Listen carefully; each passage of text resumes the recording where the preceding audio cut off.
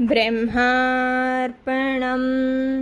ఎల్లవేళలా ఉన్న చైతన్యాన్ని, పరమాత్మ ఎప్పుడూ ఉన్నాడు.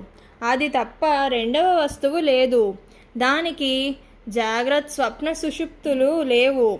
రేయి పగలు సంవత్సరాలు లేవు. అది ఎప్పుడూ అఖండంగా అనంతంగా ఉంది. అదే సర్వజీవ జగత్తును చైతన్యవంతం చేయుచున్నది.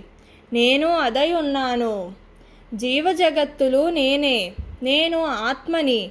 సమస్త జీవజగత్తులు నా నుండే పుట్టి చైతన్యాధారంచే నడుపబడి మరలా చైతన్యంలో అవ్యక్తంగా లయమవుతున్నాయి.